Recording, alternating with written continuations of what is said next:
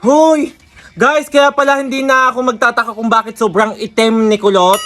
Nung siya ay nakatira sa Paso at ngayon na lang siya pumusyaw-pusyaw din nung tumira sa buo. Tingnan nyo ha, kapupunta lang namin sa Paso, ilang oras lang kami. Tingnan nyo. Tingnan nyo, be. Ilang oras lang kami doon sa bahay ni Nakulot. Tingnan mo, sunog na sunog ako. Grabe. Uy, sobrang bilis makasunog doon ka Nakulot, oh. Tingnan nyo.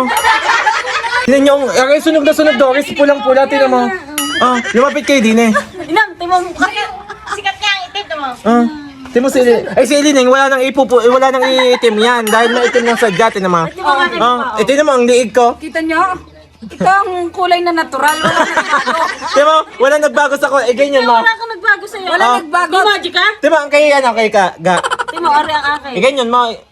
Oh, wala din. Tingnan yung akin. Kakaibang kakaiba. Bakit nagkaiba, Bin? Natural na kulay. Walang pagbabago. High blood ka. Hindi ako high blood. High blood. Tingnan mo, oh. Tanga, oo nga. Ayun, din na. Kaya nga, oh. Tingnan mo, ibaba mo yan. Oh, tingnan nyo. Ang itim ko, Lot. Nananawagan ako sa iyo. Diyos ko. Tingnan mo, oh, konti lang ang itim ko agad. So, bye-bye na, guys. Magpapaputi ulit.